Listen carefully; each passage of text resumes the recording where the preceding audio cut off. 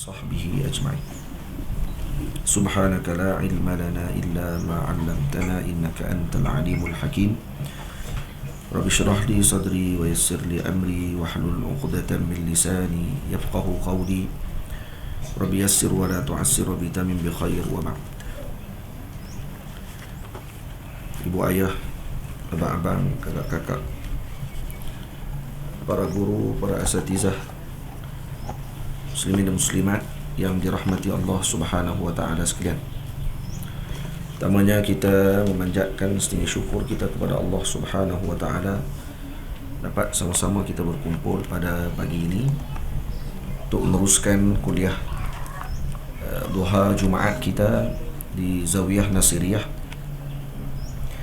Dan insya-Allah hari ini ada kenduri katanya orang akan hantar kambing. Diorang buat akikah kambing dengan ada buat kenduri tahlil sikit. Jadi sehari mungkin tak sampai lagi dah. Tak sampai. Baik. Kemudian yang kedua, kitab wakaf. Siapa yang tak ada kitab lagi boleh ambil kitab ni. Kitab ni ada hamba Allah Ta'ala wakaf. Yang tak ambil lagi boleh minta kepada AJK untuk bagi. Kemudian kitab wakaf ni kena jaga elok lah. Sebab dia wakaf, kena jangan duk tok merata. Kena tulis nama elok, tulis nombor telefon. Takut dia tinggal kat mana-mana ke, orang boleh telefon balik untuk nak ambil bagi balik kepada tuan punya dia. Lepas tu benda yang orang bagi ni kita kena jaga elok lah. Kena simpan elok. Kerana dia dikira sebagai amanah kita dengan Allah Subhanahu wa taala. Sebab bila wakaf ni dia dengan Allah. Dia berkait dengan wakaf ni dia dengan Allah. Jadi kena jaga elok. Itu satu. Yang kedua, insya-Allah kita nanti dalam cetakan sekarang ni kitab Tanbihul Alibba ila Hidayatil Azkiya. Ini kitab yang saya telah syarahkan atau terjemahkan daripada kitab Hidayatul Azkiya karangan Al-Imam Zainuddin Malaibari Al-Kabir rahimahullahu ta'ala. Dan insya-Allah kitab tadi akan siap dalam seminggu 2 minggu lagi lah. Bila siap nanti kita akan baca kitab tu. Ganti kitab Lawaqih Anwar Qudusiyah, kerana kitab ni bahasa Arab. Ramai yang tak ada kitab. Jadi bila tak ada kitab ni, dia tak tahu nak tengok apa. Jadi kita akan kita akan nanti akan diletak kitab kita nanti dalam cetakan sekarang ni di Kuala Lumpur. Bila dah siap cetakan tu, kita akan baca kitab tersebut insya-Allah. Sama ada minggu depan ataupun minggu sekali lagi. Itulah. Lagi mana tak ada kitab tu, kita akan baca kitab ni dululah, yang saya dah letak dulu ni. Atau kita akan baca dulu, kemudian kita akan ganti kepada kitab tu. Kerana kitab tu dah ada siap dah dengan terjemahan dan syarahan yang saya lakukan beberapa tahun yang dulu. Kemudian dalam tulisan Jawi dan tulisan Rumi, dua-dua ada. Jadi boleh kita ambil faham terus daripada kitab tersebut. Tu pun kitab tasawuf juga. Ini kitab tasawuf kita baca, kita ganti pun dengan kitab tasawuf juga. Habis kitab tu nanti baru kita bincang lain. Kita akan baca kitab ni balik insya-Allah. Baik.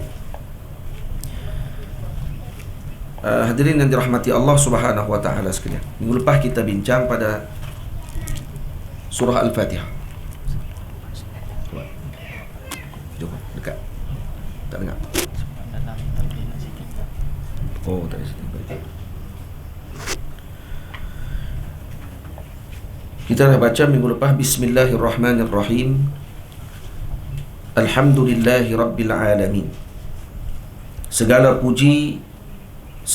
puji-puji itu bagi Allah Tuhan yang menjadikan sekalian alam, daripada manusia dan jin dan malaikat dan segala binatang, darat dan laut dan langit bumi dan lain-lainnya. Maka tiap-tiap satu itu nama alam, erti alamat atas Tuhan yang menjadikan seperti tahi lembu alamat atas ada lembu. Maka Allah itu nama bagi Tuhan yang disembah dengan sebenarnya. Kita dah baca minggu lepas sikit berkenaan dengan qasais surah Al-Fatihah. Apa dia khususiat surah Al-Fatihah, kelebihan surah Al-Fatihah, hadis Nabi SAW tentang surah Al-Fatihah. Hari ini masuk Bismillahirrahmanirrahim. Kenapa mula dengan Bismillah? Kenapa kita disuruh mula dengan Bismillah? Semua urusan kita disuruh oleh Allah Ta'ala. Bila mana kita baca Al-Quranul Karim, buka saja Fatihah, dalam Quran mula-mula buka Bismillahirrahmanirrahim. Ada perkataan Bismillah. Maksudnya Allah Ta'ala nak tegur kepada kita, nak pesan kepada kita agar apa sahaja permulaan kita, mulakan dengan Bismillah. Aku mulakan kitab aku ini, aku mulakan kalamku ini dengan Bismillah. Maka kamu juga sebagai hamba Allah Ta'ala, apa jua perbuatan, pekerjaan yang kamu lakukan, maka mulakan dengan Bismillahirrahmanirrahim. Jangan tinggal Bismillahirrahmanirrahim. Karena itu dalam hadis Nabi SAW sebut, kullu amrin zibalin la yubda'u fihi bi Bismillahirrahmanirrahim fahuwa akhta' au abtar au ajzam. Setiap perkara yang diberi iktiraf oleh syarak pada urusan pekerjaan tersebut, maksud saya pekerjaan tadi yang boleh baca Bismillah ni, yang dapat pahala ni, yang diiktiraf syarak. Ada pekerjaan yang tak diiktiraf, ataupun pekerjaan yang tak dianggap sesuatu yang penting ketika tersebut untuk baca Bismillah. Contohnya perkataan perkara-perkara yang tak dibenarkan, tak diiktiraf oleh syarak untuk kita baca Bismillah. Seperti kita baca Bismillah ketika mana minum arak, na'udzubillahi min dzalik. Nak minum arak, pegang arak, kemudian baca Bismillahirrahmanirrahim, maka tak boleh, hukumnya haram. Ataupun nak berzina, na'udzubillahi min dzalik, baca Bismillah sebelum melakukan perbuatan yang terkutuk tadi, maka itu pun hukumnya adalah haram. Jadi itu bukan perkara yang diberikan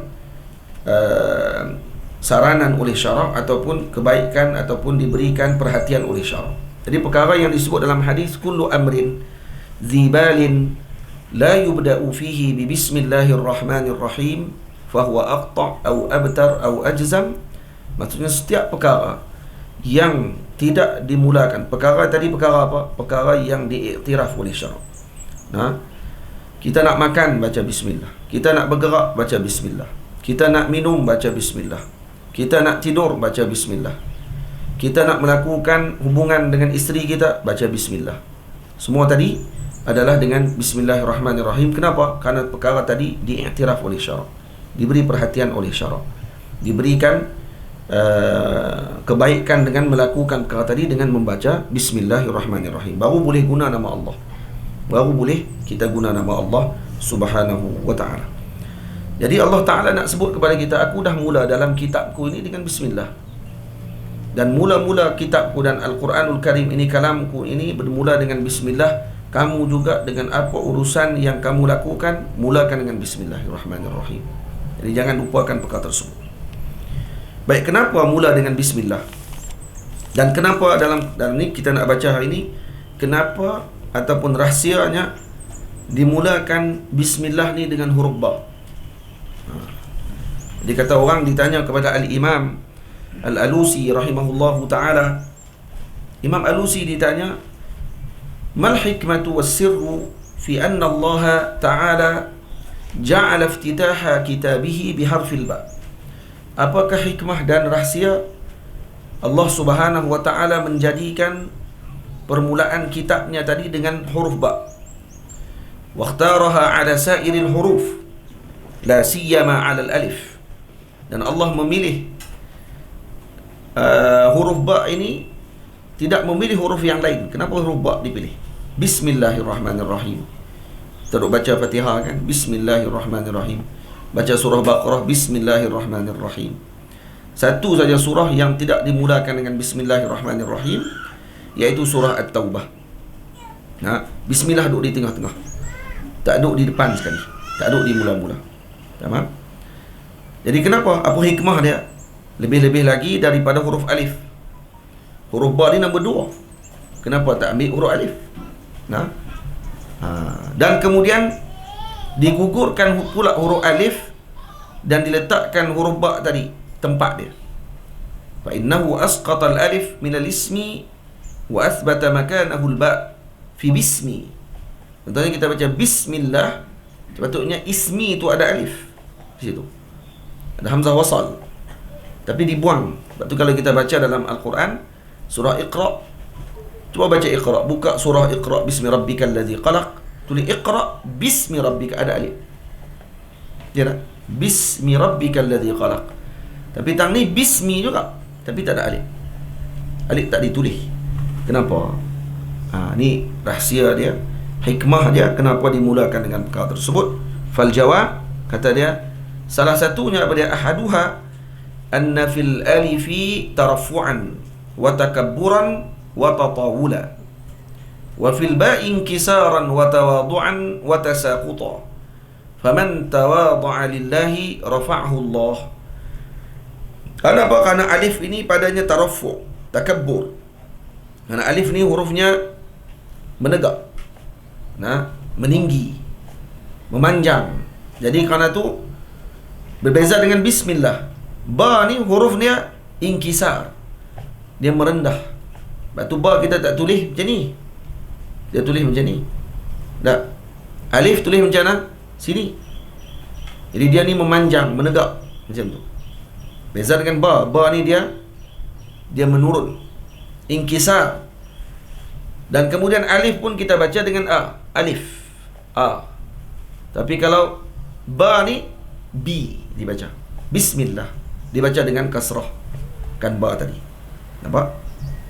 Maka tafa'ul ataupun dilihat dengan makna tersebut disebabkan kerana alif ini pada sifatnya takabbur, pada sifatnya tatawul, pada sifatnya tarafu', maksudnya meninggi dan sebagainya. Berbeza dengan ba yang pada huruf ba tadi ini terdapat padanya tawadhu', takassur, merendahkan diri. Maka faman tawadhu'a lillah rafa'ahu Allah. Sesiapa yang tawadhu' kerana Allah, Allah angkat dia. Faham?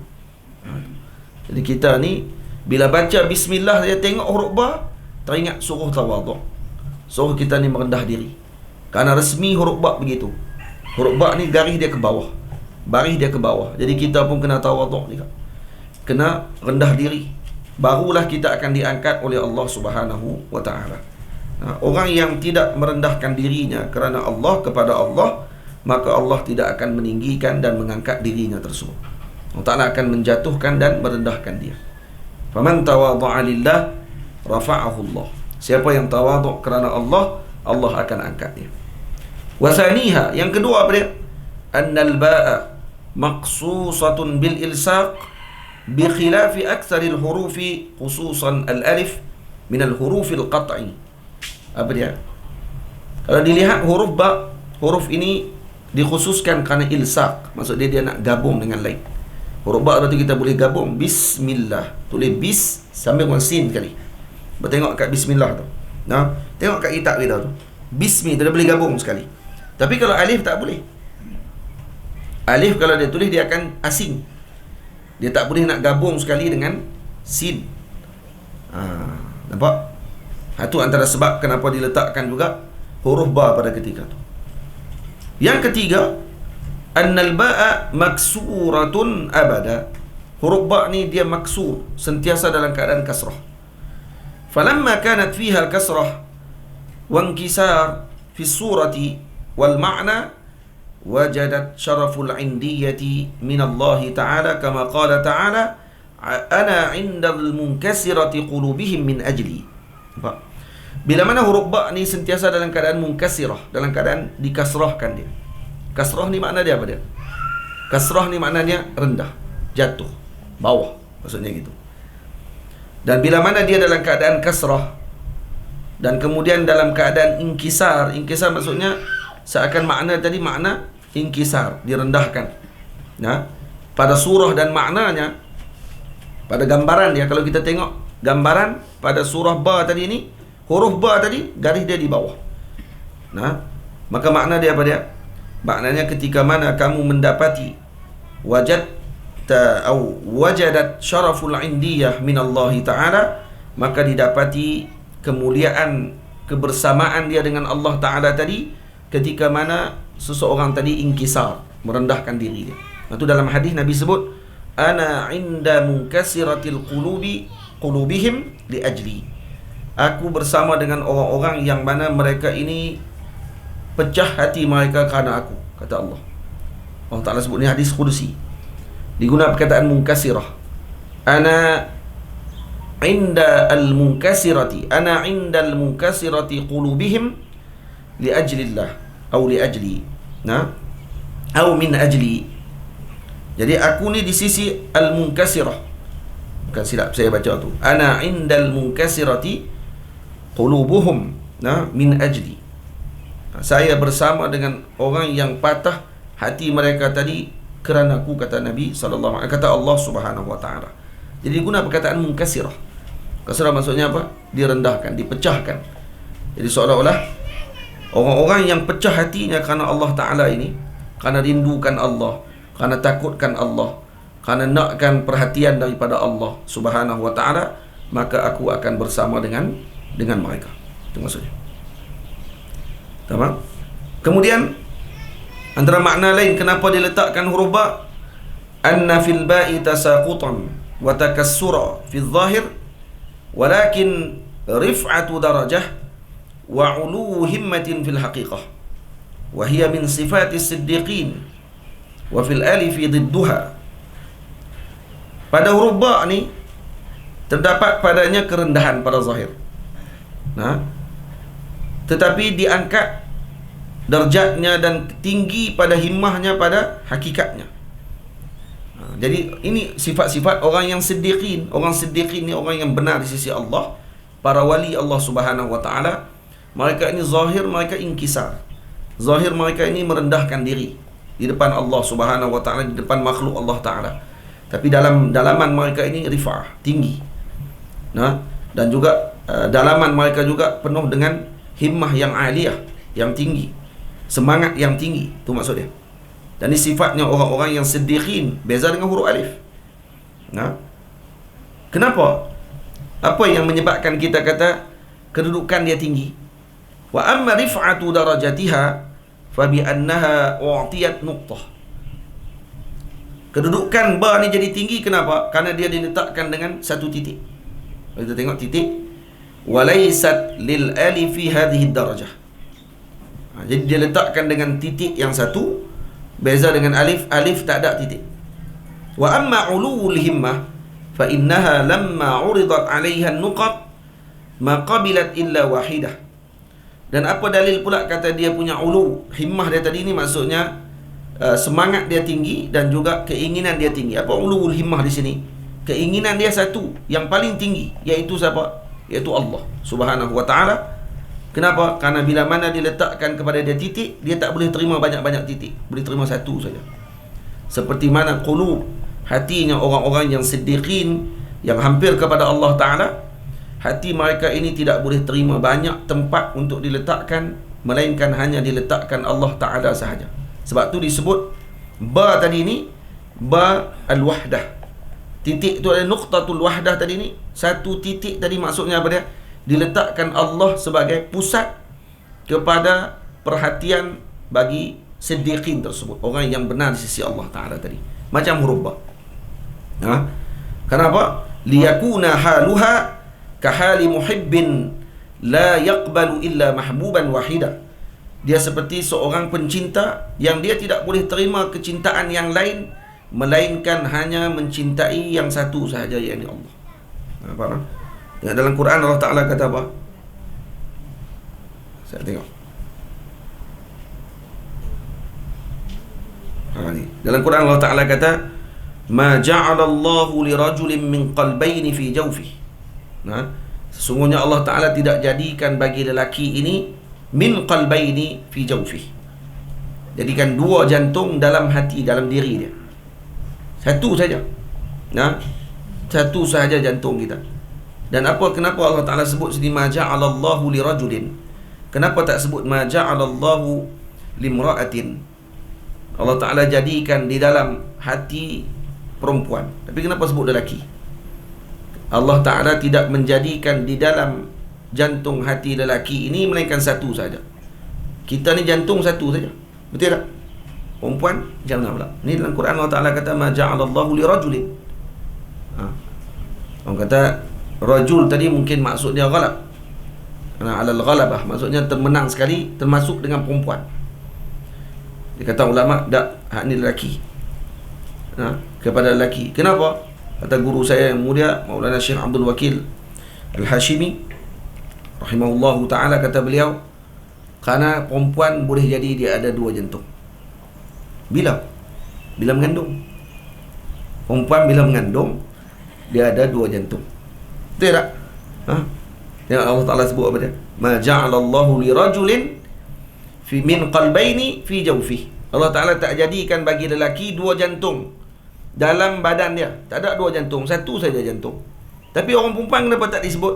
Kerana perempuan boleh jadi ada dua jantung. Lebih daripada dua jantung pun boleh. Anak kembar. Dalam perut ada 3 orang. 3 anak dalam perut. Dia jantung dia lagi 4 jantung. Sebab tu Allah Ta'ala tak sebut ma ja'alallahu limra'atin min qalbaini fi jawfi. Kerana takut nanti akan bercanggah dengan waqi', dengan apa yang kita lihat depan mata kita. Kerana perempuan boleh jadi ada jantung lebih dalam badan dia ketika mana dia mengandung. Itu hikmah Allah Ta'ala jadikan. Begitu dalam kita ni. Ini tu hak yang ayat tadi tu faham gitulah. Cuma ni pada masuk berkenaan dengan perkara ini, orang ataupun kenapa dipilih huruf ba ni sebagai isyarat. Bila kita baca saja bismillah ni, tengok huruf ba ni, kita akan teringat semua tadi ni. Tu tak baca bismillah lagi tu, baru ba tu je. Yang ni yang saya cerita sebelum ni, kata Maulana Syekh Yusri hafizahullah, ada seorang ulama namanya Syekh Mustafa Bakri rahimahullahu ta'ala, diminta oleh para ulama Azhar untuk mengajar tafsir di Masjid Al-Azhar. Bila minta mengajar tafsir ni, kata ulama-ulama ni, kami dah baca dah kitab-kitab tafsir ni habis dah.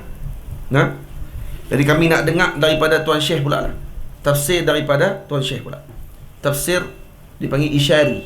Tafsir isyarah yang Allah Ta'ala berikan ilham dan juga panduan kepada Tuan Syekh untuk disampaikan kepada kami ni. Ni untuk guru ni, hak mai ni. Ni bukan orang awam. Jadi bila mai saja duduk dalam majlis, mula majlis pengajian di Masjid Al-Azhar, Syekh Mustafa Al-Bakri memulakan bacaan dia tentang Bismillahirrahmanirrahim. Kemudian dia syarah Bismillah tu. Ba tadi saja dia syarah 1000 majlis. Bukan ba, titik ba. Dia kata ba tu, dia kata huruf ba. Kita bincang ini huruf ba. Tapi bukan bincang ba ni. Bincang pada nuqtah ba tadi.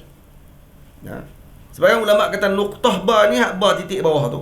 Sebahagian lagi kata titik nuqtah ba ni hak mula-mula letak kalam untuk tulis ba.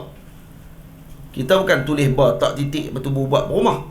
Kita akan letak pen dulu, baru tarik. Dia kata tu, hak titik tu dikira nuqtah. Titik yang pertama. Bincang berapa majlis? 1000 majlis. Kalau sehari satu majlis, maknanya 3 tahun. Hampir 3 tahun, 2 tahun lebih untuk habiskan perbincangan tentang huruf ba ya. Kita tak buat itulah, kita tak tahu tu ilmu dia. Jadi bincang hari ni, dah huruf ba ni saja pun dah berapa minit pun jadilah tu. Kurang-kurangnya bila kita baca tentang huruf ba nanti bismillah tu, kita dapat gambaran tentang, tak ingat pun kata boleh tahan huruf ba tu pun. Tu tak masuk Bismillahirrahmanirrahim lagi, tu bukan bismillah lagi. Lepas tu kata para ulama, semua kitab-kitab yang terdahulu ada di dalam Al-Quran. Maknanya, ajarannya, kesemua dalam Al-Quran ini terkandung ajarannya dalam mana? Dalam Fatihah. Dan kesemua dalam Fatihah ni pula ajarannya terkandung di mana? Terkandung di dalam Bismillahirrahmanirrahim. Dan semua ajaran dalam Bismillahirrahmanirrahim maksudnya tadi terkandung dalam huruf ba. Dan kesemua makna dalam huruf ba tadi terkandung maksudnya di dalam titik huruf ba. Tu dia. Hak titik ba tu, hak tu yang dibincangkan oleh para ulama. Ni baru sikit ni. Hak Imam Alusi sebut ni.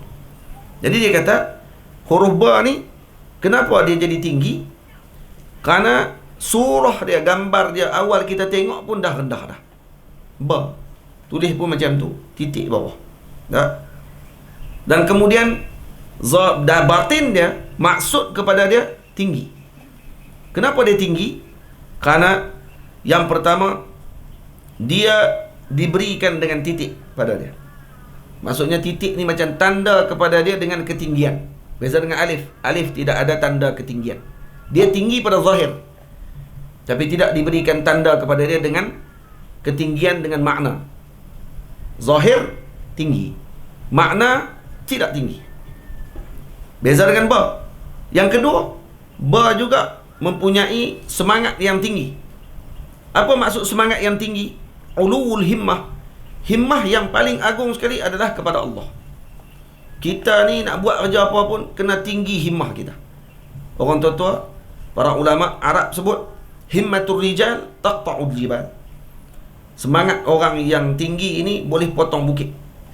Nah, dengar cerita ada seorang lelaki ni duduk di satu kampung, yang kampung dia nak pergi ke hospital kena langkah bukit.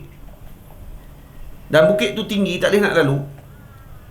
Kalau nak pergi ke hospital, perjalanan terpaksa ambil lebih kurang sejam perjalanan. Nak kena pusing bukit tu.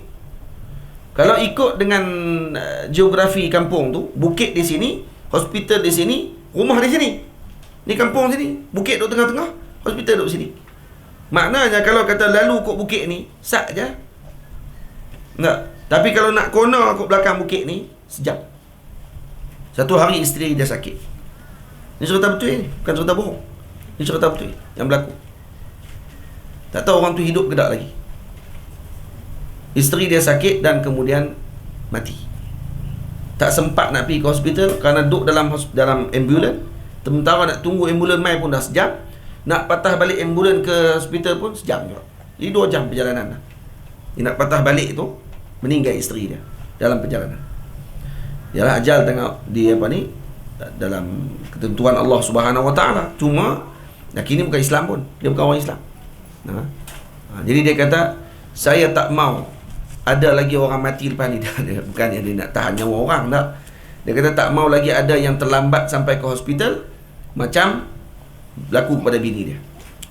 Apa dia buat? Dia korek bukit. Dia korek bukit tu. Orang makan gelap, tengok buat kerja apa ni. Bukit bukan kecil, besar, nama pun bukit. Bukannya busut. Busut boleh kecil je. Ni bukit besar ni. Dia korek seorang-seorang dia saja hampir berapa puluh tahun dia korek. Tak silap saya 10 ke 20 tahun dia korek. Dan sabar dalam korek tadi dan akhirnya jadi terowong panjang. Bukan terowong, kerak bukit terus. Dia kerak 2 bukit dengan pakai cangkui dengan cok. Bawa cangkui cok. Tiap-tiap hari bawa. Buat. Dan akhirnya orang kampung dah selesai dah. Dekat-dekat nak selesai, bawa orang kampung nampak, pakat pergi tolong dia pada waktu tersebut. Dan akhirnya siap jalan. Daripada jalan sepatutnya jadi sejam, jadi 5 minit ke 10 minit dia sampai dah ke hospital. Potong bukit tu. Itu kata guru para ulama sebut apa dia? Himmatul rijal taqta'ul jibal. Himmah rijal ini ataupun pemuda ataupun tokoh ini boleh memotong bukit. Sungguh ada orang potong bukit sungguh. Lepas tu himmah kita kena tinggi. Himmah lelaki tadi nak ke mana? Nak ke hospital. Dia sanggup potong bukit untuk sampai ke hospital. Himmah kita nak ke mana? Semangat kita ni nak pergi ke mana? Nak pergi ke Allah Ta'ala. Kalau nak pergi kepada Allah Ta'ala, kena potonglah benda-benda yang akan menghalang kita untuk sampai kepada Allah. Seperti mana lelaki tadi, potong bukit yang menghalang untuk sampai ke tujuan yang dia nak. Macam tu jugalah kita kena potong bukit-bukit yang menghalang kita untuk sampai kepada Allah dan Sayyidina Rasul sallallahu alaihi wasallam. Sebab tu nak potong bukit tu susah. Kalau nak bawa bukit tu payah, nak korek bukit sendiri susah. Maka perlu ada bimbingan, perlu ada guru, perlu ada orang yang bawa kita kepada Allah dan Rasulullah sallallahu alaihi wasallam. Dan banyakkan berselawat kepada Nabi sallallahu alaihi wasallam. Pada akhir zaman ni, kata para ulama, yang melazimi selawat pada akhir zaman ni, baginda Nabi sendiri yang akan menjadi pembimbingnya pada ketika tersebut. Ketika faqdil murabbi, ketika tidak ada murabbi yang membimbing, maka mereka lah ini yang akan Nabi SAW sendiri yang akan membimbing mereka tersebut. Jadi sebab tu bila mana ba' ni diletakkan dia dengan ulul himmah, maksudnya ba' ni kerana ada nuktah dia, dan nuktah tersebut dia tidak terima yang lain melainkan satu saja, maka ni menunjukkan bahawa dia seperti seorang pencinta yang tidak boleh menerima sesuatu di dalam dia melainkan satu tempat sahaja, kepada siapa? Kepada Allah Subhanahu wa taala. Dan ini misalnya baginda Rasul sallallahu alaihi wasallam, yang bila mana Nabi sallallahu alaihi wasallam menyebutkan di dalam hadis ketika Nabi hampir wafat, Nabi kata apa? Nabi kata, aku ni, kata Nabi sallallahu alaihi, ada seorang lelaki yang telah diberi pilih oleh Allah Subhanahu wa taala untuk dia ini kembali kepada Allah, ataupun memilih dunia, ataupun kembali kepada Allah. Zahratid dunia, dengan diberi pilih kepada Allah, oleh Allah Subhanahu wa taala untuk maka dia lelaki tersebut duduk di dalam muka bumi Allah taala. Dua diberi pilih. Maka lelaki tadi, kata Nabi sallallahu alaihi wasallam, memilih Allah Subhanahu wa taala. Di tengah Nabi duk bercakap ni, Nabi tengah bagi khutbah, kemudian Nabi bagi tahu kepada para sahabat, seolah-olah Nabi nak bagi misal, gambaran kepada sahabat, ada seorang lelaki yang Allah Ta'ala telah beri pilihan kepada dia dengan dua pilihan. Nak duduk di dunia ke, nak balik kepada Allah? Maka lelaki ini memilih untuk balik kepada Allah Ta'ala. Maka waktu tu para sahabat bila dengar hadis tadi, para sahabat faham, kata apa? Kata, ini sahabat Nabi, Nabi SAW nak cerita berkenaan seorang lelaki yang memilih Allah. Baguslah. Okey, seronoklah. Kerana lelaki tadi telah memilih yang terbaik. Daripada dunia dengan Allah, dipilih Allah. Sayyidina Abu Bakar seorang saja yang faham dengan maksud Nabi SAW tadi dalam hadis. Sayyidina Abu Bakar terus kata apa? Fidaka abauna wa ummahatuna. Kami korbankan ibu-ibu dan bapa-bapa kami ya Rasulullah. Kami korbankan bapa-bapa kami dan ibu-ibu kami ya Rasulullah untuk. Fidaka abauna wa ummahatuna, bukan fidaka abi wa ummi. Fidaka abauna dijamakkan abi kepada abauna, pada bapa-bapa kami. Kami korbankan pak-pak kami, mak-mak kami, semua kami korban. Sanggup kalau mak ayah kami mati pun tak apa, yang penting jangan Rasulullah yang tinggalkan kami. Sebut gitu. Maka dia menangis sungguh-sungguh waktu sebut, dan dia balik ke rumah. Dan sebelum dia balik tu, Nabi SAW sebut, Nabi kata, kalaulah ada kekasih yang aku boleh ambil selain daripada Allah Subhanahu wa taala, maka aku akan jadikan Abu Bakar sebagai khalili, kekasihku. Walakin ukhuwatul Islam, kata beliau, tetapi telah dimenangi dengan ukhuwatul Islam. Ukhuwah Islam tadi itu lebih utama pada ketika sebut. Kenapa? Karena Nabi sebut macam tu. Karena tidak ada yang boleh ada dalam hati Nabi melainkan Allah Ta'ala saja. Tidak boleh ada yang lain dalam hati Nabi melainkan Allah. Jadi Nabi SAW adalah surahnya nuqtatil ba' tadi. Nabi ini adalah surah kepada ba' yang mana titiknya tadi tidak akan menerima sesuatu pun melainkan Nabi SAW. Seperti mana alif adalah nisbah kepada Allah Subhanahu Wa Ta'ala. Faham tak? Sebab tu kalau bu ayah semua pernah tengok ada cincin orang Turki. Cincin orang Turki dia akan tulis huruf waw, alif. Kalau siapa pernah pergi Turki, orang Turki punya apa yang orang panggil peradaban, dia ada civilization dia. Cakap orang putih bagi ni kan. Dia punya peradaban dia apa dia? Dia akan tulis banyak simbol. Dari tepi masjid dia ada tulis huruf waw, ada tulis huruf alif. Dan dia dua cincin. Cincin dia tulis waw, alif. Apa dia waw dengan alif ni? Apa maksud waw dan alif? Dia letakkan simbol. Jadi waw dengan alif ni simbol kepada apa? Simbol kepada Allah dan hamba, abdun. Waw tadi adalah abd. Kerana waw ni kalau kita terbalikkan dia, jadi macam orang tengah duduk sujud. Faham tak? Dia jadi macam bentuk orang tengah duduk sujud. Waw tu macam kepala, dia tarik macam tu kan. Cuba kita terbalikkan macam ni, dia jadi macam orang tengah duduk sujud. Jadi ini surah gambar kepada Allah dan juga hamba Allah Subhanahu Wa Ta'ala. Siapa waw tadi? Nabi kita Muhammad sallallahu alaihi wasallam. Sayyidina Rasul sallallahu alaihi wasallam. Nah, yang dimaksudkan dengan huruf waw tadi. Kenapa tak tulis Allah Muhammad tu? Kenapa diletak simbol? Nah, karena banyak sebab.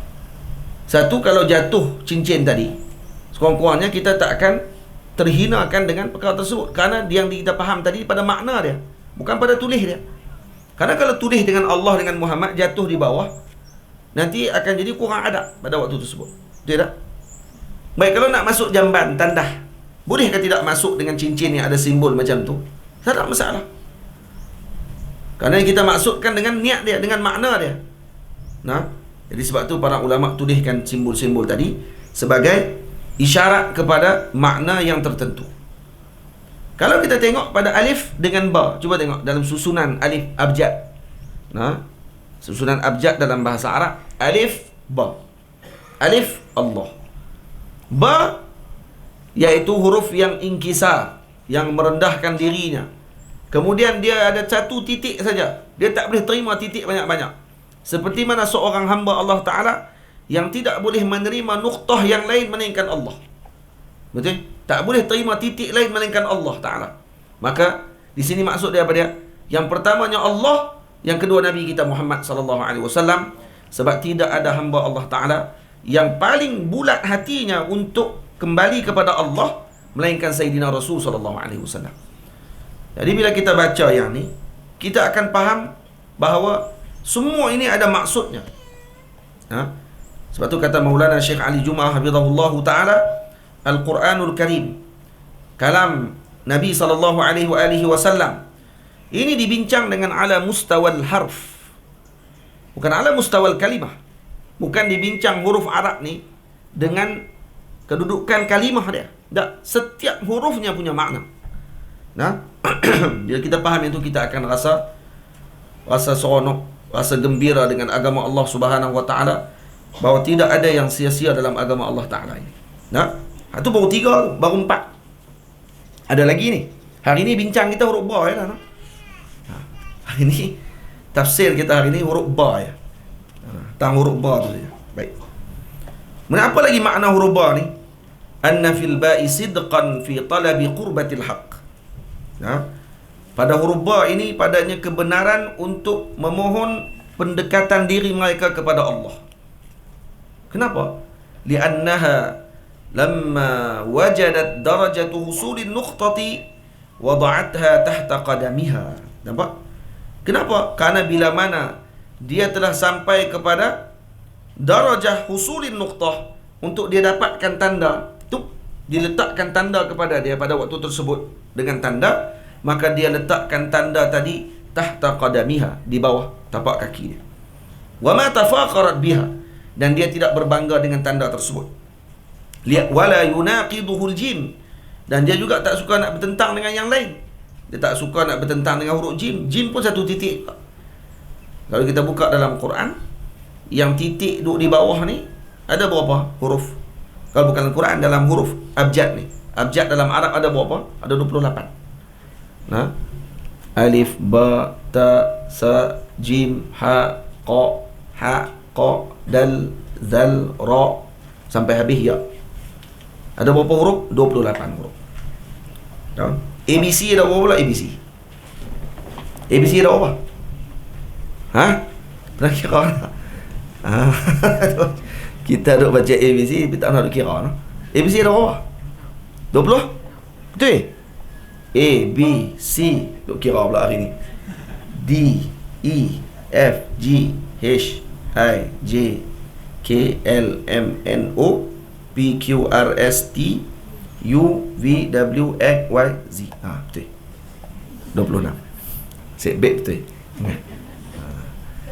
Ada 26. Jadi ada 2 huruf dalam bahasa Arab lebih daripada huruf konsonan. Konsonan kau main. Kan? Huruf abjad bahasa Inggeris ni. Hak kita duk mengaji tu, Roman tu. Ada satu ensiklopedia ni, saya baru beli baru ni. Dia cerita pula macam mana sejarah boleh tulis huruf A tu. Dia cerita habis macam mana mula tulis huruf A tu.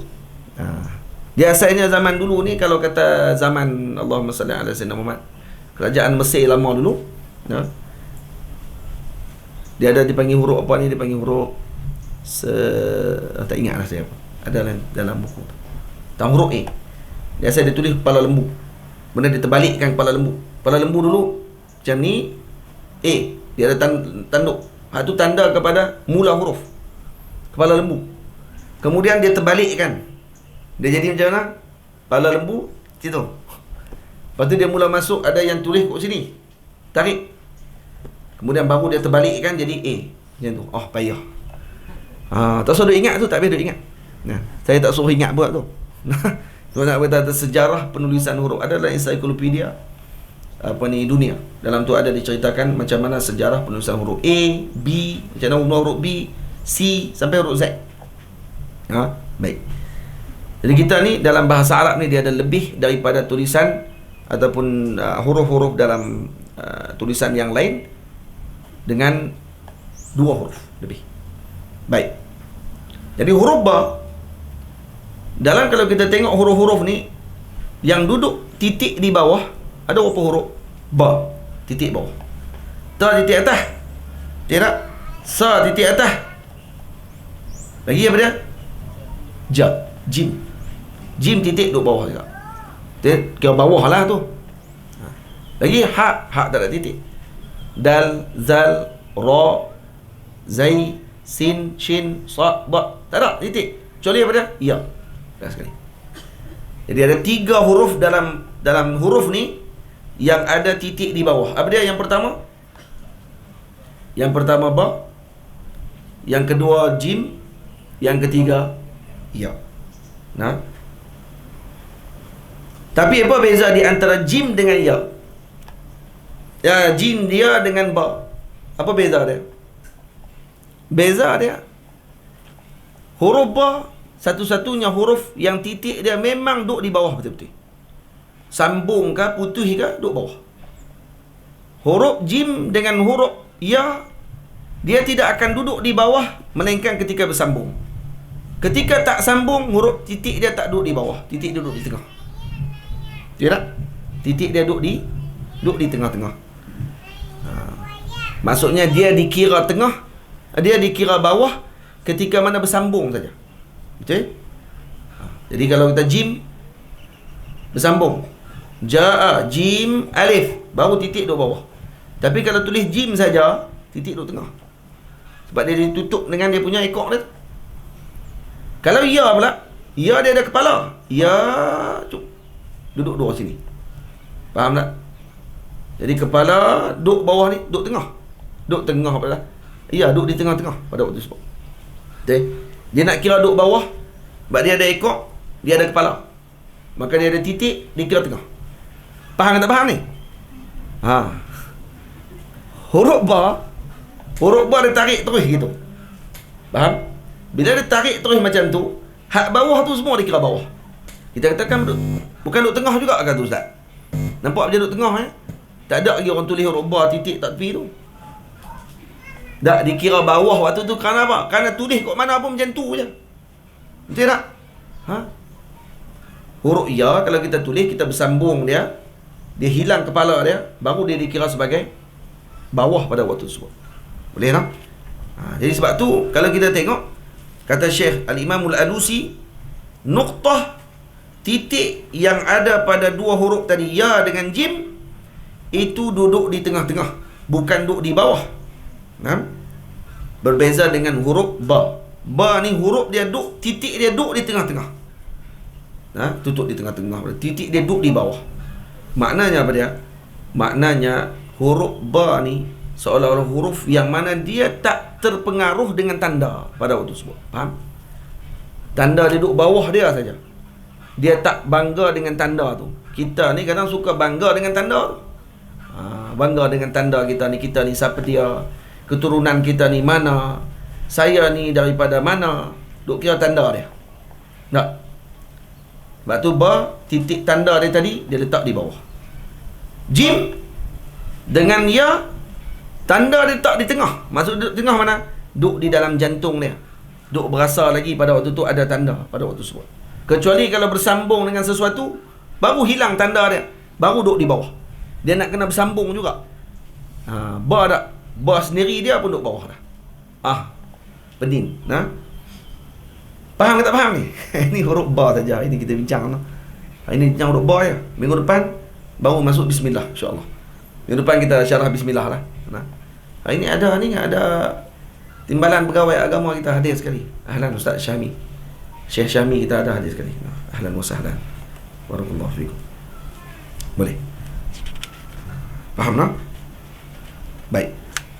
Kemudian kalau kita tengok pula huruf ba, antara tanda huruf alif dengan ba, beza dia apa dia? Huruf alif adalah huruf illah. Huruf illah ni orang panggil huruf sakit, dia panggil. Huruf sakit dia tak boleh nak tanggung waktu ketika mana baris, tak boleh nak tanggung banyak pada waktu tu. Beza dengan huruf ba. Ba ni bukan huruf illah kalau kita mengaji bahasa Arab. Yang ketujuh, huruf ba ni kata ulama tammun matbu' fil ma'na wa in kana tabi'an surah. Huruf ba dia dikira pada permulaan, kalau dikira dengan susunan, dia seolah-olah mengikuti huruf alif. Sebab alif dulu baru ba pada surah. Tapi pada makna, dia adalah huruf yang mendahului huruf ba, huruf alif. Contohnya, bukti dia apa dia? Karena alif ini pada lafaz huruf ba, dia diikuti setelah huruf ba. Tapi ba tak ikut huruf alif. Contoh dia, cuba tuan-tuan tulis huruf alif. Alif, hamzah, lam, ya, fa. Ada huruf ba dalam tu? Tak ada. Ya huruf alif mula-mula, lam nombor 2, ya nombor 3, fa nombor 4. Jadi apa? Ataupun alif. Itu alif. Silap, minta maaf. Alif, lam, fa. Tulis alif, lam, fa. Alif. Betul? Alif ada ba tak dalam tu? Tak ada apa. Baik, cuba huruf ba pula. Ba, alif, hamzah. Ada alif tak dalam tu? Ada alif. Alif nombor berapa? Nombor 2. Jadi pada surah, gambar mula-mula kita baca alif, ba, ta. Ba nombor 2. Pada gambaran mula. Tak. Dalam masa yang sama dia juga ketua kepada huruf alif. Kerana bila tulis huruf ba nombor 1, alif nombor 2. Faham? Comel ulama kita. Ini siapa yang karang ni, yang sulih ni? Ini yang sebut ni Al-Imam Alusi rahimahullahu ta'ala. Jadi sebab tu kata Imam Alusi, dalam tulisan alif tidak ada ba. Dalam tulisan ba ada alif dan alif nombor 2. Maka fa innal ba la yatba'u. Huruf ba tidak mengikuti alif. Wal matbu' fil ma'na aqwa. Maka yang diikuti pada makna itu lebih kuat daripada yang diikuti pada zahir saja. Sebab kita ni kadang-kadang nampak kita duk ikut orang, padahal orang duk ikut kita pada zahir. Duk ikut pada batin itu lebih kuat daripada diikuti dengan zahir, semata-mata nampak seolah-olah macam dia mengikuti seseorang tersebut. Nah. Lepas tu kadang kita kata dia ada think tanker. Kalau contohnya lah, dia ada kepala atas, kemudian ada orang yang duk atok di bawah ni untuk orang atas ni nak cakap apa, nak kata apa semua sekali. Siapa yang paling kuat sebenarnya? Kalau kita kira balik. Hak bawah tu, hak atok tu. Kita duk nampak zahir dia, hak atas tu dia kata dia lah duk bercakap, dia kata padahal ni hak bawah ni, hak orang tak nampak ni, hak duk atok ni, hak ni lagi kuat daripada dia sebenarnya. Sungguh ke tak? Macam tu. Jadi ba pun macam tu lebih kurang. Ba ni pada zahirnya nampak nombor 2. Tapi pada batinnya dia lebih awal daripada alif. Kenapa? Kerana ba ditulis 2, alif nombor 2. Ini kata Imam Alusi rahimahullahu ta'ala. Baik. Jadi ada lagi ni. Banyak ni. Ba ni juga dikira sebagai huruf syafawi. Ba ni huruf syafawi. Huruf syafawi yang terdapat huruf apa lagi? Huruf yang disebut dengan ni, dengan syafatain, dengan 2 bibir. Ba. Lagi. Mim. Lagi. Fa. Lagi. Waw. Ada 4. Tidak? Ba, mim, waw dengan fa. Semuanya huruf bibir dipanggil. 4 huruf ni kan? 4 huruf ni. Kita nak tahu makhraj huruf ni, kena tambah dengan hamzah kat depan. Tengok. Ab. Af. Au. Am. Kena baca macam mana? Sebab tu kalau mengaji tajwid, kena tengok mulut tok guru. Ni apa pasal dah. Kena tengok mulut tok guru. Biasa saya suka dengar Syekh Abdul Basit baca. Kalau Quran, suka dengar Syekh Abdul Basit. Kalau tuan-tuan buka Syekh Abdul Basit punya bacaan, dia punya baca tak tengok muka dia, dengar je dia baca macam kita tengok mulut dia. Misalkan itu ulama-ulama Arab Mesir ni lah, khususnya bacaan Quran dia Masya Allah, fasih. Orang yang fasih sungguh-sungguh kalau baca Quran, khusus dengan para guru daripada Mesir. Qurra Mesir ni dia punya bacaan dia luar biasa. Cuba buka Abdul Basit, Syekh Abdul Basit, Syekh Khalil Khusari, lagi ada lagi. Ramailah ulama-ulama ni yang hebat-hebat dalam ilmu apa ni, Tablawi dan sebagainya. Ni ulama-ulama apa ni, qiraat ataupun ahli baca Quran ni yang luar biasa. Kalau dengar dia baca saja pun, dengar saja, tak boleh tengok mulut dia. Kita kena mengaji tajwid dengan tok guru, kena tengok mulut baru betul baca kita. Lepas tu tak boleh malu mengaji tajwid ni. Dia nak kena renyih, dia nak kena senyum, dia nak kena macam-macam mulut. Kalau dia buat malu, tak boleh sebut tu yang dua wamo tu sampai ke sudah, sampai ketua wamo. Main orang pelih pula lagi sekarang kan. Dia orang pelih main.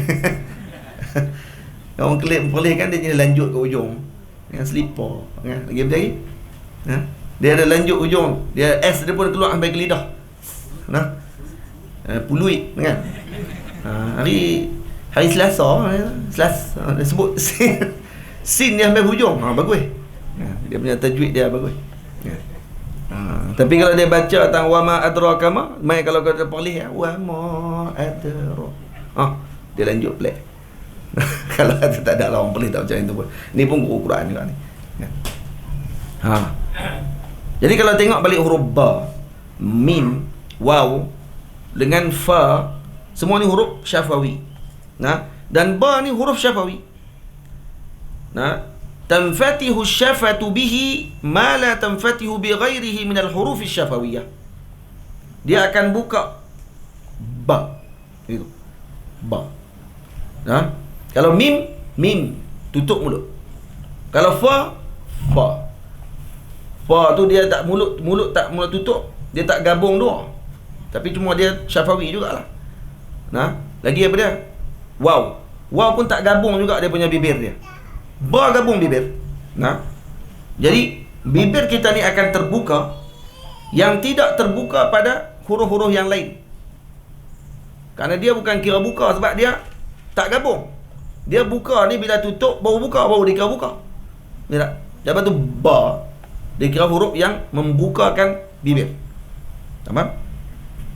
Sebab tu, kerana itulah huruf ba ni huruf yang mula-mula dibukakan bibir makhluk Allah Ta'ala ketika lahir dalam muka bumi ataupun ketika di alam ruh. Mula-mula huruf yang terbuka daripada mulut kita ni pada huruf ba. Huruf ba. Apa dia? Bukti dia. Bila mana Allah Ta'ala sebut kepada kita, alastu bi rabbikum? Qalu bala. Ba diguna huruf bala. Bala tu apa dia? Bahkan ya Rabbi. Malah kita terjemah dalam Melayu pun bahkan ba juga. Huruf B. Betul? Jadi ni antara hikmah yang Allah Ta'ala jadikan tentang huruf ba. Alhamdulillah, sejam dah syarah tentang huruf ba saya jadilah tu. Hari ni balik dapat huruf ba sebelum bismi, minggu depan bismillah, insya-Allah kita masuk minggu depan. Tu saya kata jangan tanya bila nak habis kitab ni. Kitab ni jangan tanya bila nak habis. Yang penting korang-korang kita dapat tahu bila baca bismillahirrahmanirrahim, tengok saja huruf ba tu, teringat saja huruf ba tu, mai tu hilang kepala. Huruf ba ni sifatnya kerendahan. Jadi kita ni jangan tinggi diri. Kerana awal-awal lagi Allah Ta'ala dah sebut dalam Quran, suruh rendah diri. Dengan apa? Dengan dimisalkan dengan huruf ba.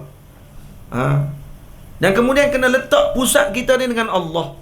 Hati kita, tumpuan kita, keinginan kita, semuanya dengan Allah. Jangan lari daripada selain daripada Allah Ta'ala. Sebab tu hamba Allah Ta'ala ni, kalau tujuan hidup dia kerana Allah, maka dia tak akan lagi bimbang dengan sesuatu yang lain yang datang pada waktu tersebut. Dia tak akan bimbang dengan dunia dia. Dia tak akan berkelahi kerana dunia dia. Dia tak akan berebut kerana dunia dia. Dan dia tak akan pulun sungguh-sungguh hanya semata-mata macam nak duduk di dunia ni selama-lamanya. Kerana kita bukan nak menongkat langit. Maka orang yang baca huruf ba ni saja ketika baca Bismillahirrahmanirrahim, bayangkan mula baca Bismillah tu saja, nak mula Fatihah tu dah boleh hadir khusyuk dah pada waktu tersebut, dengan fikir tentang keagungan dan juga kemuliaan Allah Subhanahu Wa Taala. Kerana tu kita perlu baca tafsir. Walaupun tafsir sebenarnya bukan fardu ain bagi semua orang. Tafsir tidak fardu ain. Tafsirnya fardu kifayah ya. Kerana fardu ain bagi kita ni mengaji fiqh tasawuf dengan tauhid. Fiqh tauhid dengan tasawuf. Dengan jalan yang tepat, dengan jalan yang betul. Tasawuf fiqh kita dengan fiqh mazhab kita Syafi'i. Ke tempat kita lah. Tak payah duduk mengaji banyak-banyak mazhab sangat lagi, kecuali orang yang bahagian tu. Dia tok guru, tak apalah. Tapi kita ni kalau kata sakat nak beramal untuk diri kita saja, cukuplah mengaji yang kita ada ni jadilah. Mengaji yang mazhab Syafi'i kita saja. Ada seorang anak murid ni main jumpa dengan Al-Imam Qadi Abi Ya'la rahimahullah. Qadi Abi Ya'la ni ulama mazhab Hanbali. Dia adalah pandangan-pandangan kontroversi yang dia buat keluar, masalah-masalah berkenaan dengan sifat Allah Ta'ala ni. Qadi Abu Ya'la satu hari didatangi seorang murid daripada jauh. Murid tadi mai bagi tahu, kata saya nak jadi anak murid Tok Guru lah. Dia kata, kenapa kamu nak jadi anak murid saya? Dia kata, kerana saya suka dengan Tuan. Saya dengar cerita pasal Tuan, saya suka sekian. Saya nak mengaji dengan Tuan. Qadi Abu Ya'la tanya, kamu daripada mana? Saya daripada negeri sekian. Dia kata, bukankah negeri kamu tadi mazhabnya mazhab Syafi'i?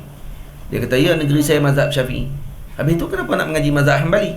Dia mazhab Hanbali. Maka dia kata, saya nak mengaji mazhab Hanbali ni kerana saya suka dengan Tuan.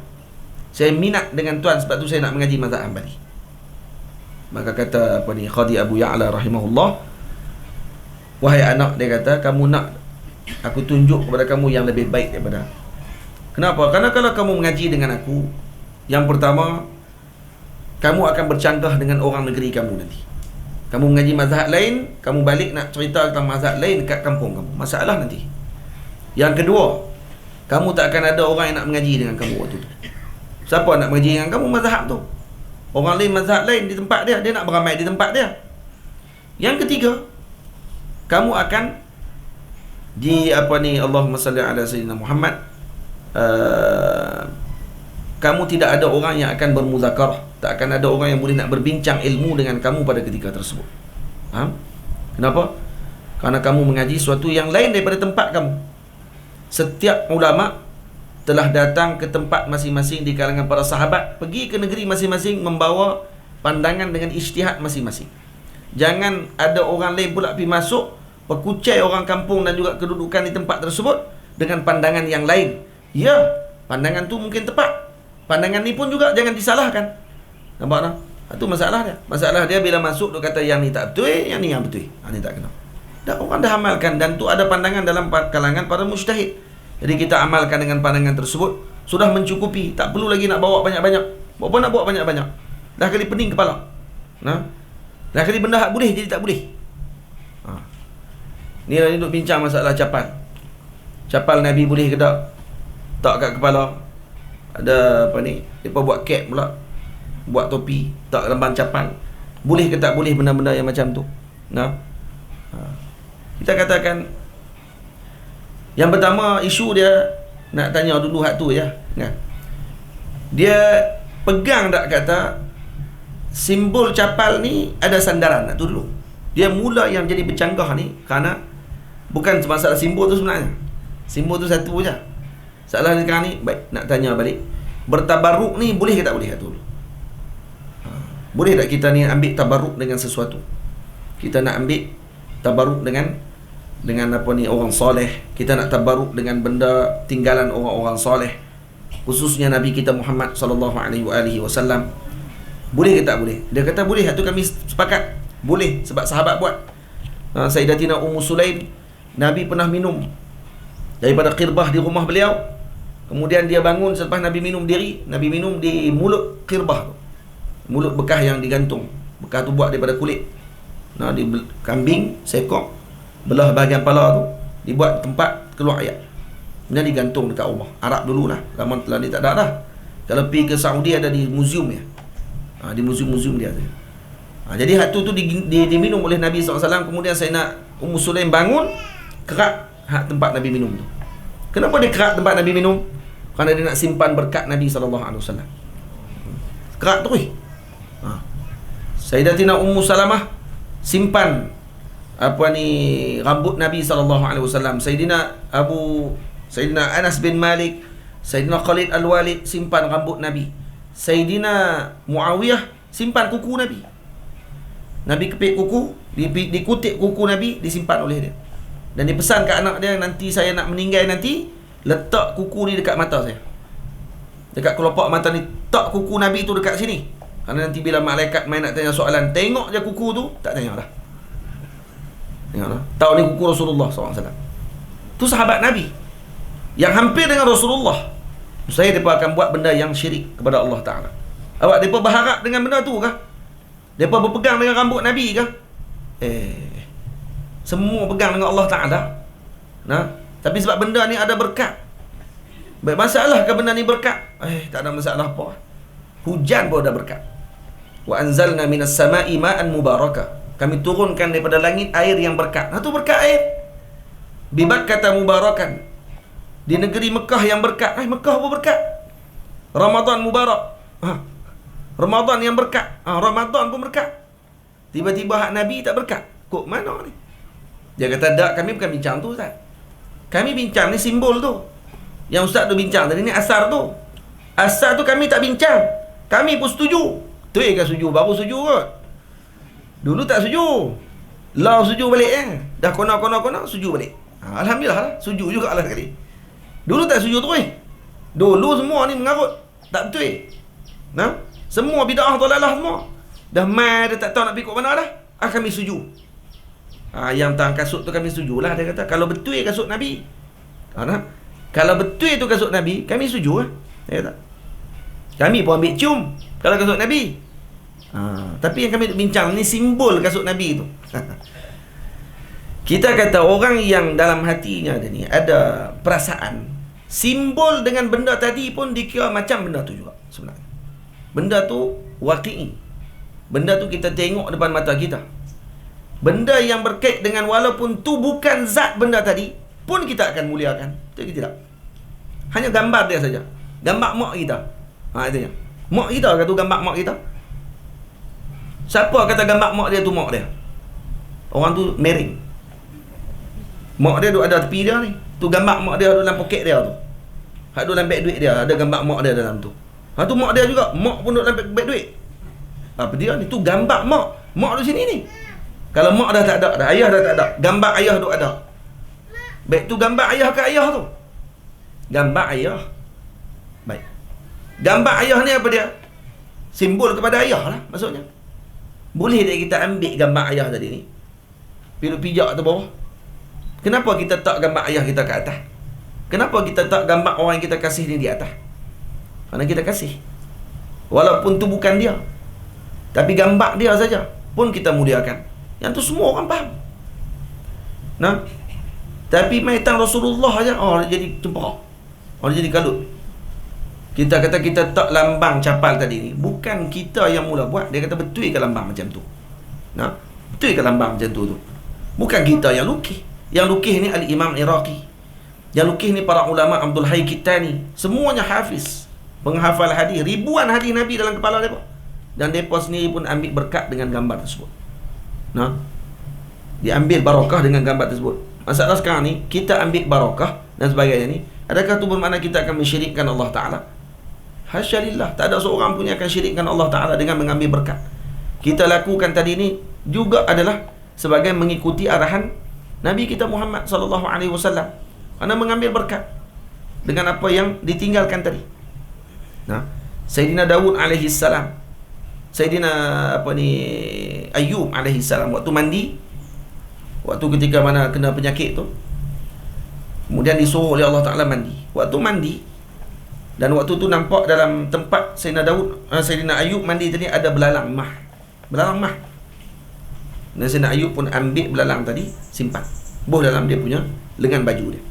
Maka Allah Ta'ala kata kepada Nabi Ayyub alaihi salam, apa yang kamu buat wahai Ayyub? Allah Maha mengetahui. Kenapa kamu ambil belalang tu? Maka kata Nabi Ayub alaihissalam, untuk mengambil barakahmu ya Allah, karena saya tahu mana-mana yang kamu tinggalkan ni tidak ada saya saja ni, melainkan semuanya ada berkat. Tu Nabi Ayub pun ambil berkat. Nampak? Nabi Ayub ambil berkat tadi yang simbolnya pada belalang. Yang seronoknya kita boleh pergi letak gambar Liverpool, boleh letak pula dekat apa ni, dinding rumah. Boleh pakai baju Liverpool, boleh pakai baju Manchester United, ada lambang syaitan ni. Duk pegang dia punya, orang panggil apa? Dia tu. Tu simbol ya, kita kata tu apa dia tu, gambar syaitan tu. Dia tidak simbol ya Ustaz. Masalah dia bukan kita duk puja dia pun, bukan kita duk kata apa pun. Metang hak yang Nabi saja, dia jadi gelabah habis. Berkelahi satu dunia. Bid'ah habis semua orang. Tujuan dia apa sebenarnya? Tujuan dia untuk nak melarikan kita daripada tujuan yang betul. Waktu ni waktu zaman Maulid, waktu musim Maulid, untuk kita ingat dengan Rasulullah dan sebagainya. Maka ingat dengan Rasulullah. Jangan kita tumpu sangat dengan benda-benda yang macam tu, letih kita nanti. Akhirnya tak ingat Rasulullah saja, dah berkelahi. Kita ni bukan nak berkelahi ni, kita nak terang saja, beritahu ya. Cuma masalah letak dekat cap dan sebagainya tu, tu perbincangan lain lah. Boleh tak letak dekat cap, duduk pakai ni, apa hukum pakai cap? Boleh ke tidak pakai cap? Itu perbincangan lain yang bukan tempat ni yang patut kita bincangkan. Jadi moga-moga Allah Ta'ala bagi kefahaman kepada kita untuk kita memahami dengan baik, dan faham tentang masalah tabarruk dan sebagainya ni. Ada apa ni dibahas oleh para ulama, Al-Imam Ali Jumaah hafizahullah, Al-Habib Zain bin Sumit, dan juga para masyayikh sebelum ni seperti Syekh Abdul Qadir Isa dan Syekh Yusuf Qattar rahimahullahu ta'ala, hafizahullahu ta'ala, dia tulis kitab dalam Mawsu'ah Yusufiyah berkenaan dengan masalah ini. InsyaAllah ada rezeki peluang nanti kita akan baca. Tolong ambil Zat, nama baca api Zat. Alang-alang lah. Ada Mawsu'ah ada kan? Mawsu'ah Yusufiyah. Bab tabarruk. Nak tengok ni bertabarruk ni macam mana hukum. Dan kemudian yang suruh kita ni mengambil berkat dengan capal Nabi sallallahu alaihi wasallam ni antaranya adalah Al-Imamul Qurtubi. Bukan Imam Qurtubi sahibut tafsir, Qurtubi lain. Yang dia sebut berkenaan dengan capal Nabi sallallahu alaihi wasallam yang ada di dalam surah tersebut. Itu kata beliau boleh untuk kita menjadikan ataupun mengambil barakah dengan perkara tersebut, kerana kita beranggapan bahawa yang memberi berkat itu adalah Allah Subhanahu wa taala. Itu sebagai wasilahnya sahaja. Dalam Quran Allah Taala sebut wabtagu ilaihi alwasilah. Nanti kita tengok dalam kitab. Ada? Baik. Sebelum tu selawat dulu. Selawat. Hadis apa ni?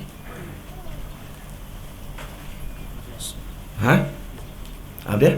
Ayat tafsir apa? Ya.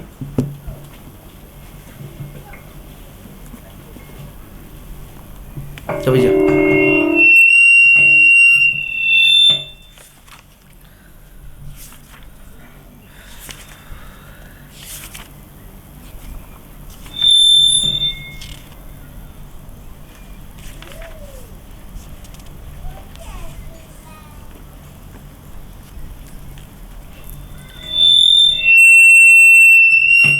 Tak apalah. Saja yang sirah sebut. So sirah tak bunyi. Baik. Ini antara contoh tabarruk para solihin dulu. Tengok sini. Tabarruk bi atharil anbiya'is sabiqin. Daripada Sayyidina Nafi' bahawa Sayyidina Abdullah bin Umar memaklumkan bahawa manusia annan nasa nazalu ma'a Rasulillah sallallahu alaihi wasallam ala al-hajari ardu samud fastaqaw min abariha wa ajalu bihi al-ajin fa amarahum Rasulullah sallallahu alaihi wasallam an yahriqu mastaqaw wa ya'lifu lil ibil al-ajin wa amarahum an yastaqaw min al-bi'r alladhi kanat tarudduha an-naqah. Wa qala an-Nawawi rahimahullah fi syarhihi ala hadha al-hadith min fawaid hadha al-hadith jawazut tabarruk bi atharis salihin. Kata Sayyidina Abdullah Nafi' bin Abdullah, tutup dah. Kata Sayyidina Nafi' bahawa Sayyidina Abdullah bin Umar memaklumkan orang ramai turun bersama dengan Nabi sallallahu alaihi wasallam 'alal hajar. Ada satu tempat di negeri Samud. Fastaqaw min abariha. Dan mereka ini mengambil daripada air-air telaga yang ada di kampung Samud tadi. Dan juga untuk nak masak dan sebagainya digunakan air dalam telaga di kampung Samud. Samud kaum siapa? Kaum Nabi Saleh. Kaum Nabi Saleh. Fa amarahum Rasulullah an yahriqu mastaqaw wa ya'rifu lil ibil al ajin. Dan kemudian Nabi kata, tuang balik air-air telaga tu, tuang balik. Yang kamu ambil di kampung Nabi Saleh tadi ni, di Samud tu, kampung Samud tu, tuang balik air-air tu. Dan yang kamu dah buat adunan tepung tu, yang kamu dah bancuh dengan air telaga tadi, jamu kepada ibil, kepada unta-unta kamu. Wa amarahum an yastaqu min al-bi'r alladhi kanat tarudduha an-naqah. Tapi Nabi suruh pergi ke mana? Pergi ke tempat yang mana air tempat Nabi Allah Saleh bawa untanya minum air pada ketika tersebut. Kerana unta tu keluar daripada batu. Tak mana tempat unta tu minum telaga dia? Telaga tu yang disuruh pergi ambil air. Telaga tu tak apa. Telaga lain di kampung Samud tidak dibenarkan ambil. Sebab tu kata para ulama kita dalam mazhab Syafi'i, kalau kita pergi ke kampung Samud di di mana? Di Saudi Madain Saleh. Di Madain Saleh kalau kita pergi, makruh kita ambil wuduk dengan air-air telaga yang ada di situ, kecuali telaga telaga unta Nabi Saleh alaihi salam. Telaga tu saja yang boleh ambil. Telaga lain dia ada di tempat tadi, makruh ambil. Jangan ambil. Sah dah air semayang kita ambil? Sah. Cuma makruh. Sah cuma makruh. Baik, apa kata Imam Nawawi bila Nabi suruh pergi ambil dengan telaga yang diminum oleh unta Nabi Saleh? Imam Nawawi kata, di sini faedahnya bahawa harus bertabarruk dengan asar soleh. Dan ni juga Nabi kata apa? Tempat unta tu minum, sebab unta ni keluar daripada ajaib dan ni mukjizat Nabi Saleh alaihi salam. Disuruh ambil dengan tabarruk dengan asar benda tersebut. Asar untanya Nabi Saleh alaihi salam. Boleh ambil. Dan ni Nabi suruh. Dan ni faedahnya kata Imam Nawawi, boleh mengambil tabarruk dengan asar solihin. Dan juga ada dalam cerita diceritakan bahawa Imam Subki rahimahullah pernah satu hari melawat Imam Nawawi, tapi Imam Nawawi dah meninggal pada ketika tersebut. Fa wajadahu qad tufiya. Maka dia datang ke Darul Hadis, dan waktu dia datang tadi dia pergi cari tempat duduk Imam Nawawi, di mana Imam Nawawi duduk waktu mengajar. Maka bila ditunjukkan tempat Imam Nawawi mengajar pada ketika tersebut, dia pun buat apa waktu tu? Dia terus letakkan pipi dia disapu di tempat duduk Imam Nawawi, dan janggut dia pun disapu di tempat duduk Imam Nawawi, dan dia pun sebut, wa fi daril hadithi latifu ma'na usalli fi jawanibiha wa awi la'alli an amassa biharri wajhi makanan massahu qadamun Nawawi. Kata dia, dalam darul hadis ini ada latifu ma'na, ada makna yang sangat halus yang ada di dalam tempat ini. Kata Syekh Badruddin Hasani rahimahullah ketika mensyarahkan bait ini, kata beliau, apa makna kalam Imam Subki wa fi daril hadis latifu ma'na? Dalam darul hadis ini, darul hadis itu nama tempat Imam Nawawi mengajar. Darul Hadis Ashrafiyah di Syam, di Syria. Kenapa tempat tu dijadikan, kata Imam Subki, ada latifu makna, ada makna yang tersembunyi, kata ulama, kata Imam Badruddin Hasani, kerana di situ dulu disimpan kasut Nabi SAW. Dulu kasut Nabi disimpan di situ, di atas mimbar masjid, ataupun di atas mimbar dalam masjid Darul Hadis Ashrafiyah. Ada mimbar, dan kemudian di atas mimbar tu diletakkan kasut Nabi. Satu hari Darul Hadis terbakar. Bila terbakar Darul Hadis, hilang kasut tu. Sama ada terbakar sekali ataupun hilang terus, Allahu a'lam. Kata ulama hilang. Hilang kerana kebakaran tersebut. Jadi bila dah hilang perkara tersebut, maka ulama-ulama sebut apa? Wa fi daril hadis latifu ma'na. Dalam Darul Hadis ini ada perkara yang sangat halus yang ada di sini dulu tapi dah tak ada sekarang, iaitu apa? Kasut Nabi SAW. Usalli fi jawanibiha wa awi. Aku sembahyang di sini, di sisinya. La'alli an amassa bihari wajhi. Moga-moga aku dapat merasakan dengan panasnya wajahku ini, pipiku ini, makanan massahu qadamun Nawawi, tempat yang telah disentuh oleh kakinya Al-Imam An-Nawawi rahimahullah. Di sini kata ulama, dalil bahawa boleh kita mengambil tabarruk dengan orang-orang soleh. Al-Imam Subki Syekhul Islam, beliau pergi ambil tabarruk dengan asarnya Al-Imam An-Nawawi rahimahullahu ta'ala. Dan kemudian disebutkan juga bahawa Imam Rabi' bin Sulaiman, kata beliau, Al-Imam Syafi'i rahimahullah telah keluar daripada bumi Mesir. Dan kata beliau, kata Imam Syafi'i kepada aku, Ya Rabi', khudh kitabi hadha famdi biha wa sallimhu ila Abi Abdillah, yakni Ahmad bin Hanbal, wa'tini bil jawab. Maka Imam Rabi' kata, satu hari Imam Syafi'i, ni dicerita oleh siapa ni? Dicerita oleh Al-Imam Ibnu Asakir di dalam Tarikh Dimashq. Satu hari Imam Syafi'i dia kata, tolong bawa suratku ni wahai Rabi', pergi kepada Imam Ahmad bin Hanbal. Imam Ahmad waktu tu kena penjara. Bawa surat aku ni pergi kat dia. Nanti bagi tahu kat aku apa jawapan dia. Ni surat ni aku tulis ni, bagi kat dia. Maka Imam Rabi' pun terus bergerak pergi ke Iraq pada waktu tersebut untuk bertemu dengan Imam Ahmad bin Hanbal. Kata Imam Rabi', fadaqaltu Baghdad. Saya masuk ke negeri Baghdad, wa ma'i al-kitabu fasadaftu Ahmad bin Hanbal fi salati subhi. Jadi Imam Ahmad waktu ni penjara dia bukan penjara di dalam penjara, penjara di rumah. Imam Ahmad kena penjara rumah. Dia tak boleh keluar selalu. Mereka waktu solat je katanya. Dia keluar semayang terus balik, tak boleh mengajar.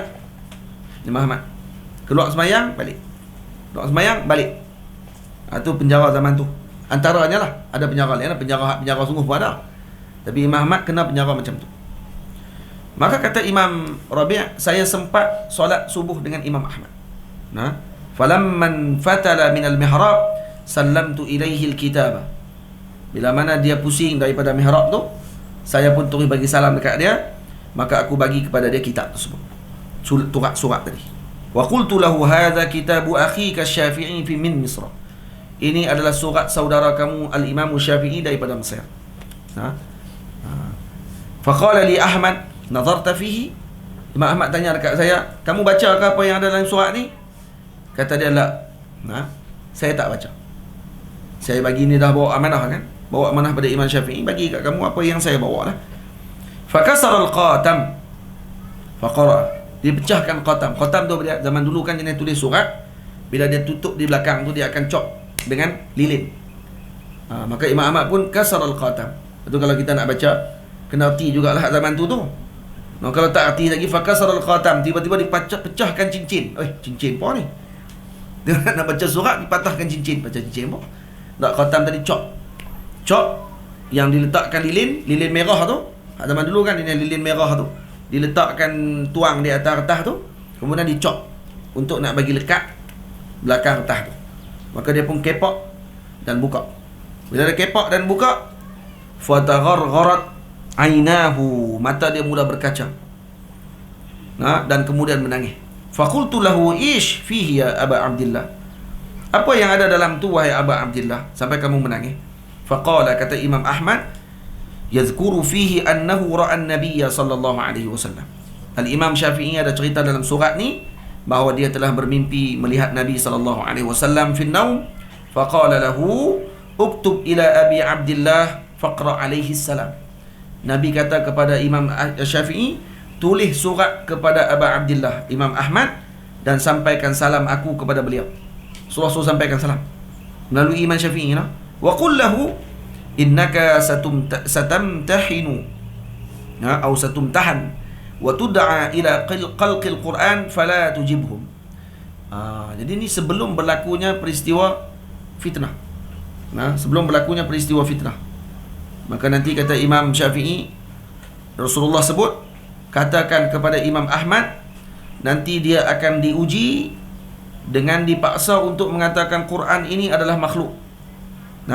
Maka janganlah diterima ugutan tersebut, jangan dijawab dengan jawapan mereka, jangan diberikan pandangan seperti mereka keluarkan pandangan, Mu'tazilah keluarkan pandangan.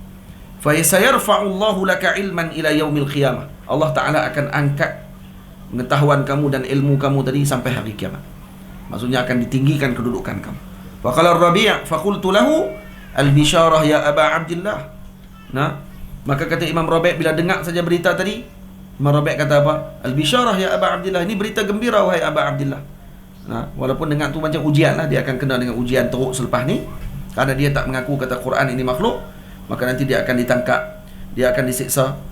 Tapi kata Imam Rabi', ini berita gembira wahai Aba Abdillah. Terus Imam Ahmad buat apa waktu tu? Imam Ahmad qala'a ahada qamisihi atau qamisaihi alladhi yali jildahu fa'atanihi.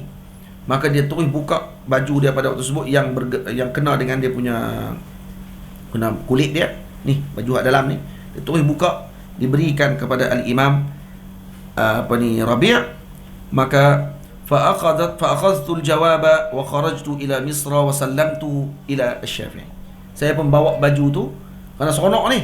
Terus dia bawa keluar baju dia, bagi dekat Imam Rabi', bagi hadiah. Imam Rabi' bawa balik sampai ke Imam Syafi'i. Maka Imam Syafi'i pun tanya, ish alladhi a'taka, dia ada bagi apa-apa tak kat kamu? Imam Rabi' ni dalam perjalanan duk letaklah hati ni, kalau boleh baju ni dapat kat aku elok juga ni, kata. Sampai-sampai kat Imam Syafi'i, Imam Syafi'i tanya, ada dia bagi apa-apa ke kat kamu? Maka Imam Rabi' pun kata, qamisahu, dia bagi qamis dia, baju dia.